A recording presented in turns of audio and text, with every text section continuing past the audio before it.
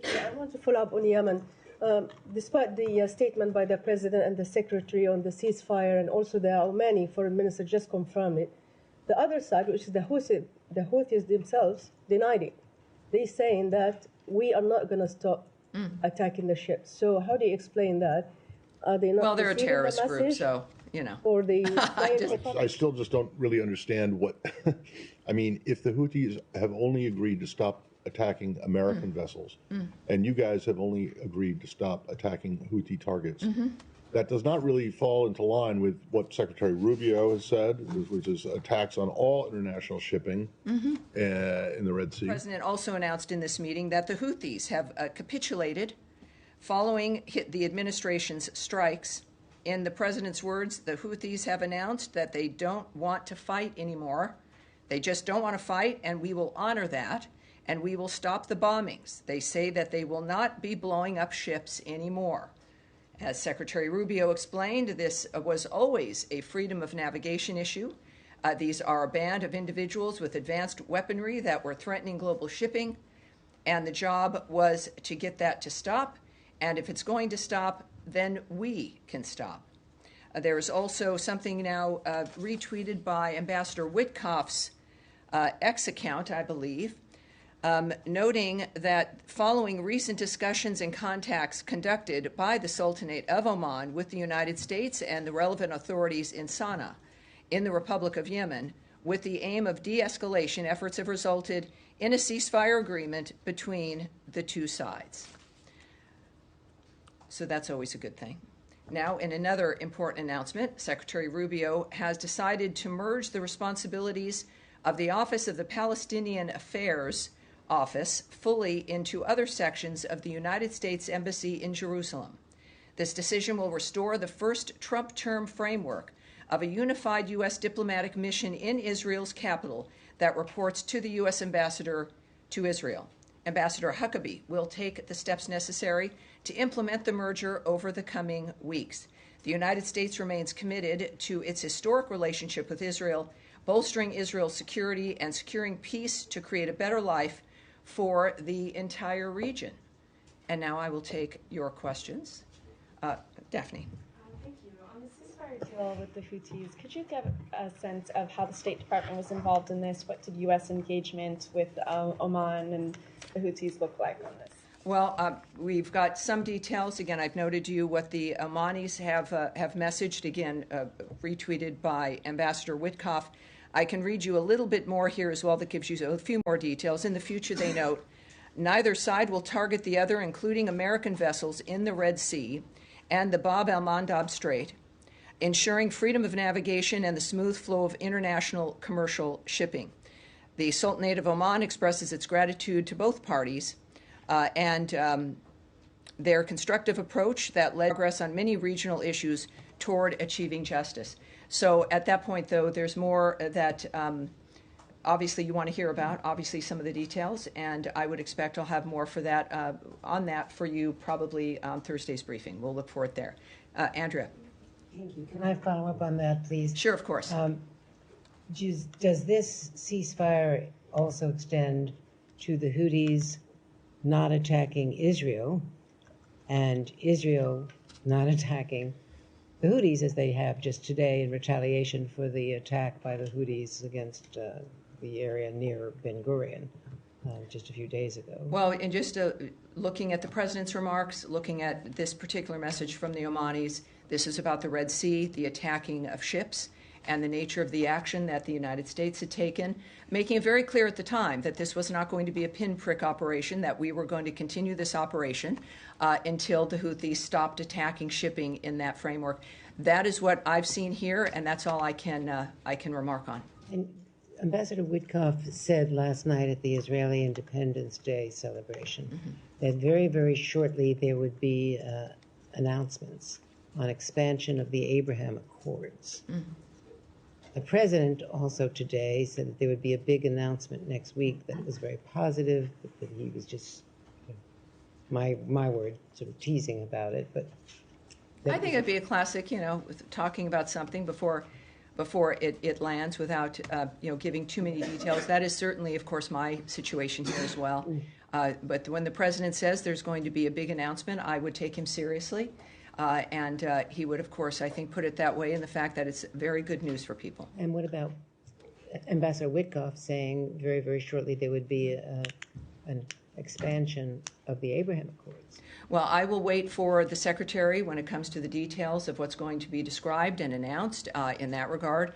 Of course, we know of the importance of the Abraham Accords, starting with the success in the first Trump term and what that meant for the region, something that no one ever thought would occur. Once again, Trump has a tendency to accomplish those kinds of things that make a huge difference for a long time. So I have nothing to report for you right now, but clearly it appears as though I will later on in the week. Nadia. Thank you. I want to follow up on Yemen. Despite the statement by the President and the Secretary on the ceasefire, and also the Omani Foreign Minister just confirmed it, the other side, which is the Houthis themselves, denied it. They're saying that we are not going to stop attacking the ships. So how do you explain that?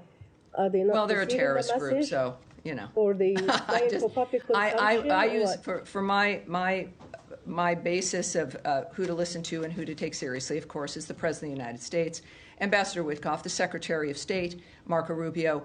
I think that, as what we've said, of course, also when it comes to other situations, is that we look to actions, not words. And clearly there's been development here that the President shared, and I think his words are the words that one needs to rely on. And the attack on the port of Sana'a, as you know, Sana'a now is completely out of service. 20 million people are affected as a result. Was this attack coordinated with the United States, or do you think this is more like a collective punishment against civilians in Yemen as well, because they won't be able to use that port anymore? Well, I certainly, I would refer you to the DOD regarding any questions about American action, certainly with the operations that we'd had against the Houthis and the shipping issue. But I can't speak to any action, of course, that Israel may have taken or the nature of any of that. But in regard to the rest of this, President Trump categorized this as some very good news. That the Houthis announced, again, they don't want to fight anymore, and that we will honor that and stop the bombing. He said they have capitulated. And again, we had a very specific framework there, but again, I'd refer you to the DOD in regard to that. Matt Lee, interested in the subject line? Sure. I still just don't really understand what, I mean, if the Houthis have only agreed to stop attacking American vessels, and you guys have only agreed to stop attacking Houthi targets, that does not really fall into line with what Secretary Rubio has said, which is attacks on all international shipping in the Red Sea. Well, it was that venue, it was that arena regarding the Red Sea and the shipping within that framework. I understand that, but if this is a deal that's just the U.S. and the Houthis and no one else is included, and the Houthis are still going after French ships or German ships or Israeli ships or whoever, I'm not quite sure how this is anything other than you guys just saying, okay, we won, we're leaving, but terrorism and I don't recall those on. lines being used. What I can say is that Secretary Rubio said this was always a freedom of navigation issue. And, of course, our approach was the fact that they had struck ships hundreds of times, including our ships, in that area. And this is one of the cases where we, again, a very transparent administration, a president who is speaking and will speak on what's happening, what he's planning, what we hope for, what he has heard. And I would take him at his word in that regard. Of course, Secretary Rubio was in the Oval Office at this point. I would encourage all of us, and I'm looking forward to it too, to getting more details and the nature of how it manifested. That always, of course, interests us. We have a sense here with what Ambassador Witkoff tweeted, that Oman, of course, was involved, and that there's an understanding that this is moving forward. So we will no doubt have more information, and I think we'll have our answers when we do. And then yes, ma'am. Wait, hold on, Tammy. When this moves away from the Middle East, can you just remember I asked you if there was a reaction to the German chancellor election? So when we get to Europe, or whatever, can you? Matt. Thank you. Were the Israelis informed prior to the president's announcements in the Oval Office that this understanding had been reached between the U.S. and the Houthis? I can't speak to that at this point. Okay. And then on this foundation that was teased this weekend about delivering aid to Gaza, the UN and aid community have unanimously rejected this. They say that it goes against the humanitarian principles of objectivity. Is the U.S. going to take that criticism into account as it tries to move forward on this, or is it a done deal and we should expect? Well, first of all, I'm not going to get ahead of what will be a very important announcement for those who know, speaking about the issue of getting aid into Gaza. That information will, I think, be forthcoming, certainly in a few days. So I'm not going to get ahead of the nature of what complaints might be or who is unhappy, but I have a feeling that I'll have plenty to say, as will many others, when this is formally announced. And it will be very, very good news, so we're looking forward to that. Yes, sir. Thank you, Tammy. I have two questions, if you don't mind. My first, just on the announcement you made about the Palestinian Affairs Office of merging it into other sections of the embassy. Can you just please explain what's the mindset behind that? Given that a few weeks ago also the department eliminated the position of the security coordinator in the West Bank. Mm-hmm. So is it part of minimizing contact with Palestinian Authority, Palestinian people, or restructuring? Well, this was something actually that had been established in Trump's first term. So this is not a new decision. It's not a new idea. It, in fact, restores his first-term framework of a unified U.S. diplomatic mission in Israel's capital that reports to the ambassador to Israel. So this is something that was reversed by the previous administration that had already been established. Ambassador Huckabee, of course, is in charge, will be taking steps to do this. But it also is not a reflection on any outreach or commitment to outreach to the people of the West Bank or to Gaza. It really is actually very similar to what's happening here with the bureaus, with our reorganization. It is making sure that the issues that are important are all working together, right, are not segmented out, so that the interests of the embassy, very, very much like the interests of our foreign aid and other actions, can work together in the Bureau as one entity. And that was the intention of that. And again, it was established in the first term. And now this is just being restored effectively to reflect the president's vision. My second question is, today the Egyptians, some sources in Egypt said that they received a U.S. proposal for a ceasefire in Gaza. This happened a few minutes before the president himself announced that there will be good news. Can you confirm that you've delivered to the mediators any No, I can't. Yeah, I can't speak to what sources might say or to speculate or what might or might not still be negotiated. What I do like is the fact that there are a few things that might be the big good news coming up. Now, won't that be nice? So this is something that, what is this? So it's Tuesday, so we have a few days left to go. But it's going. But there is good news. I think, just like today with the news of the Houthis, that there's good news and that the work can reap dividends, as we've seen in the past with President Trump's intentions in his work. So I'm sorry, I can't answer that specifically. Yes, sir. Thank you very much. On March 8th, you ended the waiver that allowed Iraq to import electricity from Iran. But Iran continues to import electricity to Iraq. What is your comment on this? Well, as part of the maximum pressure campaign, the waiver for, you're right, for Iraq to import Iranian electricity was not renewed last month, March of 2025. The government of Iraq is taking steps to secure alternate sources of electricity, including through expanding gas capture and increasing imports from other neighboring countries. Some of these efforts are directly benefiting U.S. companies, including the recent signing of memorandums of understanding with UGT Renewables and GE Vernova. And of course, we continue to support all of efforts, all of the Iraqis' efforts to end their energy reliance on Iran. Thank you, we'll move on. Do you confirm that there is a meeting with Iranian this Sunday? This is the first. And the second one, is there any connection between the Houthi ceasefire and your diplomatic engagement with Iran? This is the Houthi dynamic and other things that are unfolding. We have news every day, fortunately, much good news. And this has been a commitment from day one, right? From the moment and before, certainly back to his first term, what President Trump has been interested in. So while we're going to have all kinds of things that might happen at the same time, it's important to not conflate them. That we have results of things that have been worked on for weeks and months that are now coming to fruition. Also, the president's interest in, as an example, the aid to Gaza and his personal involvement and commitment to having that get resolved is something that does make things move faster, but everything his administration does is fast-moving.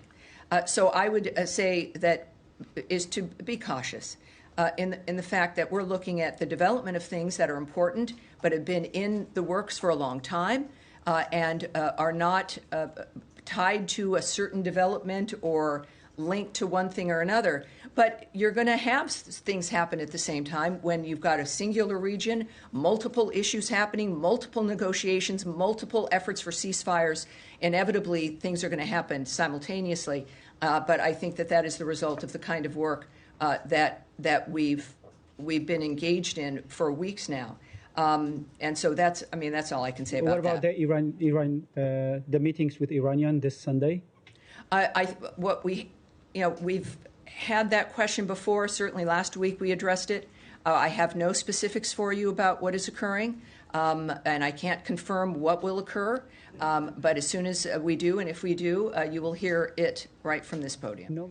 Yes, Tammy, if I could ask, we've seen reports the last couple of days about, you mentioned the president's statement today about the Houthis and their ceasing of attacks on U.S. ships. But we've also seen reports in the region that Israel is calling up more reservists for a potential expansion in Gaza. Can you speak to the challenge of fighting all of the different Iranian proxies at once? And is this an area of concern as far as the potential for an expansion in the fighting and the conflict in Gaza?